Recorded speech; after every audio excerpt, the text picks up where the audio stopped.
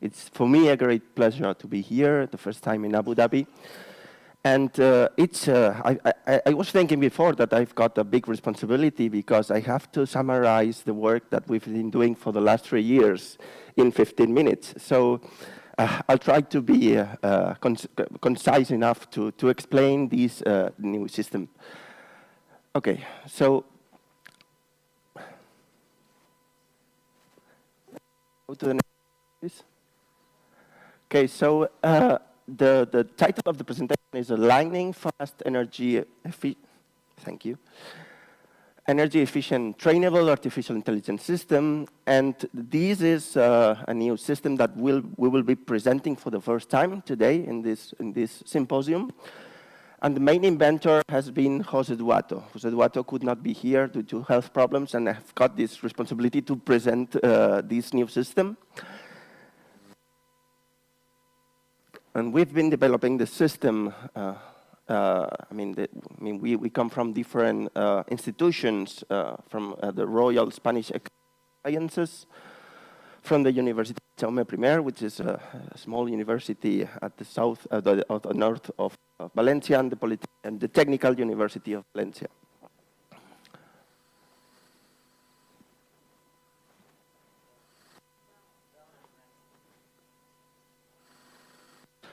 So this is the outline of the presentation. First of all, I will give a brief motivation of why we have been developing this new system. Therefore, after that, I will explain what has been our approach. I will also present a proof of concept that we've been developing to demonstrate that this new idea is really working on real applications. We will explain afterwards some neural network concepts that are basics to explain afterwards, which has been the implementation of this new system that we called Green Lining AI. And finally, I will give some key innovative ideas and the suitability of the system for real applications. So what has been the problems that we had recently with neural networks? So we all know that they behave like a black box. We don't know really how they work. This is a black box. We put a sample, and then we inject the sample in the neural network, and we get a prediction. But we are not really sure how the neural network has come to that decision. We have also another problem, which is they converge very, very slow. We need often more than 100 epochs to reach this convergence, and this is a problem for not only because of the time that we get. We can be talking about days, weeks, and even months to train such applications. And not only because of time, but also because of the energy they consume. We've got the problem of the vanishing gradient problem, which when we have a very deep neural network and when we are doing the backpropagation, the gradients that are being propagated, okay, they are losing power and for the first layers. And that's why in the community we have been recent advances in that. For example, these residual networks that try to potentiate the gradients in order to update the weights for the first layer for the first layers in the network. We've got another problem such as local minimum stagnation, and another one which I will put more emphasis is the targeting when training with new samples. I mean, when we have an application which has evolving data during time, we have to be very careful, because if we only train with the new samples, then the neural network can forget past information that has already learned. And finally, we don't know in a neural network whether it is over-dimensioned or not. We just create it, and if we see that it converges, then it's okay. But if we don't know if we could do the same with a smaller network and being more performant and more energy efficient. So what has been our approach to save energy? So we will focus on applications that require frequent retraining. I'm talking about applications such as stock price prediction, medical imaging, where the diseases can evolve during time and we still want to get good predictions. I'm talking about autonomous driving, just to learn new driving patterns from new drivers, etc. So we've got plenty of applications that can benefit from this frequent retraining. So the goal for us has been to design new incremental retraining methods that do not suffer from this catastrophic problem that I said before. And this design of this system will allow us for savings that will be higher than 1000x. So this is a real challenge that we've been facing during this time, and we think we've got to a solution for giving to this for this application. So how we got to that point? Okay, so it is important to know, or to get to the point where we can analyze how these the neural networks store their knowledge. I mean, we want to open the black box to see what is inside, to see how the neural network learns, and to see what we could do to improve their behavior. Okay. And for reaching to that point, we've made some observations. So we know that the neuron weights and biases affect to both neuron output values and the behavior of the activation functions. So depending on the input that we put on the network, we will get a different output. And we also find out that for certain activation functions, the behavior of this function is less sensitive than the actual output value for small changes. Okay, this is particularly true for the ReLU activation function. That means that for small input changes, these ReLU activation functions stay in the same state.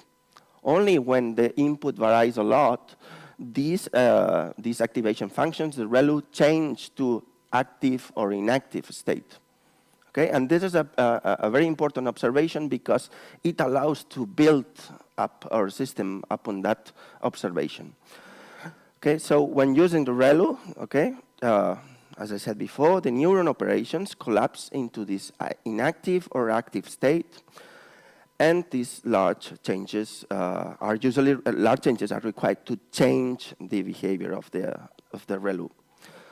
So the question that we got today is that can we leverage this neuron status stability to simplify retraining methods and enable incremental retraining? So let's go step by step in order to answer to this hypothesis. Okay. So the goal, as I mentioned, is to design a new artificial intelligence system that exploits the neuron status concept. And for that, we've made the following conclusion, that this system is conceived to separate the structural knowledge, which is stored in the activation functions, and the quantitative knowledge, which is used to compute the output values. Okay, so this is particularly important because the structural knowledge is stored. The structural knowledge is stored in these activation functions, while the quantitative knowledge belongs to the weights and the biases of the neural network. And the second question we got is that can we separate this structural knowledge from the quantitative knowledge? And can we really keep this structural knowledge constant when retraining a neural network without negatively affecting the accuracy? And that's the point where we go right now. To demonstrate this, we've developed a proof of concept, which is basically formed by a dual neural network, where the first copy is trained with a very reduced data set. This first copy computes the, let's say, of the network, is used to pass the sample and to get the activation for each sample. I mean, to know whether a neuron is active or inactive. And then we have another copy of the network, which is retrained. Okay, we keep the first one constant, and the second one is retrained with new samples. And how do we do that? I mean, the second copy takes the activation from the first copy. And this has some very interesting properties that we can take advantage of, as we will see afterwards. Okay, so how we have validated this proof of concept? So we took a very simple convolutional neural network, AlexNet, which has been trained for the CIFAR-10 dataset. There are 3 lines here. We have we are of course checking what's the evolution of the test accuracy of the network, and then on the x-axis we have the samples that we have used to train these different versions of the neural network. The blue line corresponds to a traditional network, okay, where it has been trained with structural and quantitative knowledge. The red one corresponds to a quantitative retraining accuracy for this new system. And we start there with 4,000 samples. And the yellow one is the quantitative retraining accuracy for when we start training the structural knowledge with 4,000 samples. And as you can see, for the yellow line is mostly the same as the blue one. So that means that the structural knowledge can be kept constant regardless of this property, okay? So I will follow with some neural status and path concepts just to explain and to go in more detail into this system. So we've got here a multi-layer perceptron where we have different neurons that are inactive and others that are active.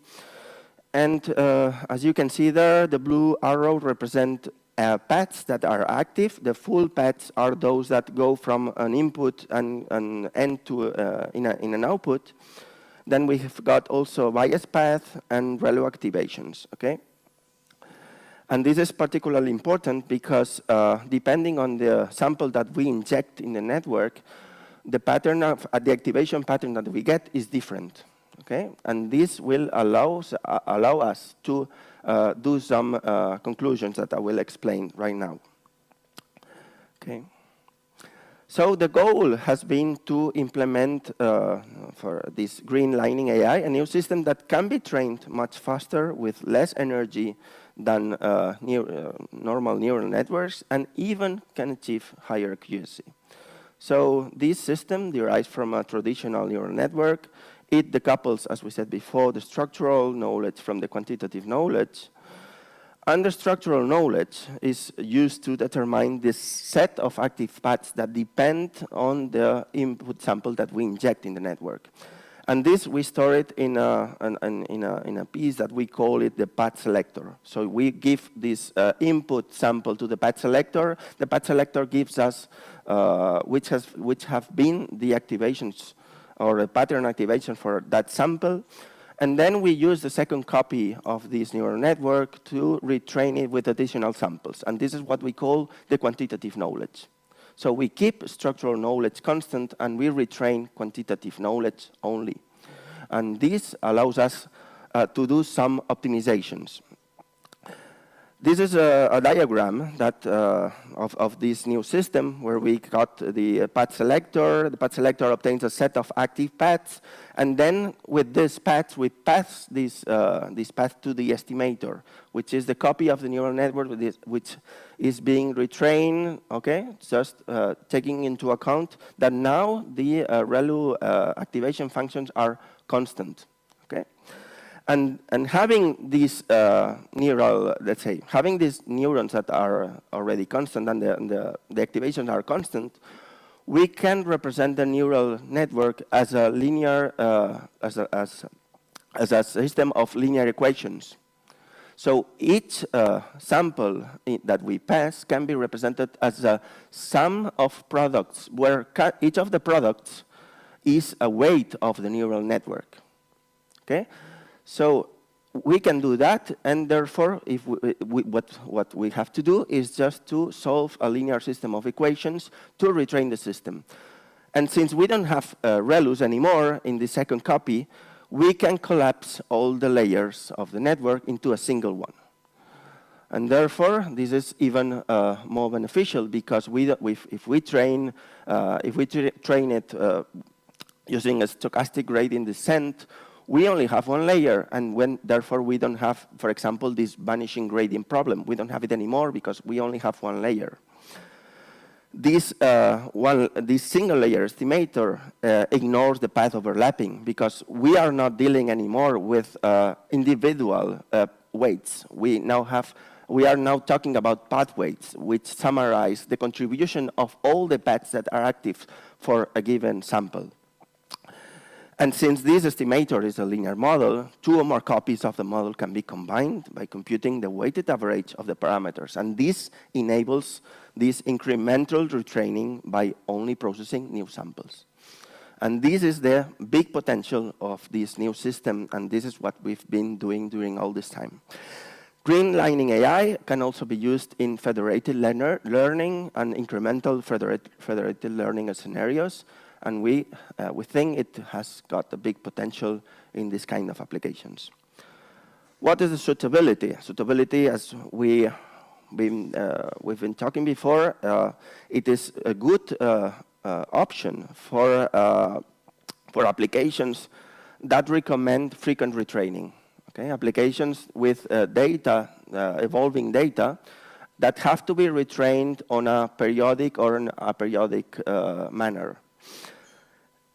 However, we have some constraints. We can only deal with feed-forward networks or derived constructs. We accept any connection pattern, convolutional, fully connected, pooling, etc. We can do that, still works in these kind of networks. The neurons with ReLU activation function or no activation function, that is, we are limited to networks that work only with this activation function, but we are, let's say, we know that many neural networks rely on this activation function, so this is not a real problem, let's say. And just to finalize, I would like to tell you that this has already has a filed patent application by Professor Jose Duato.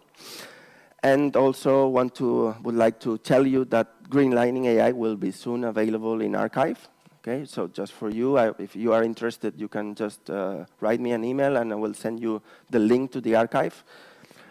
So thank you very much. Thank you very much for your attention. And if you have questions, I will be happy to answer.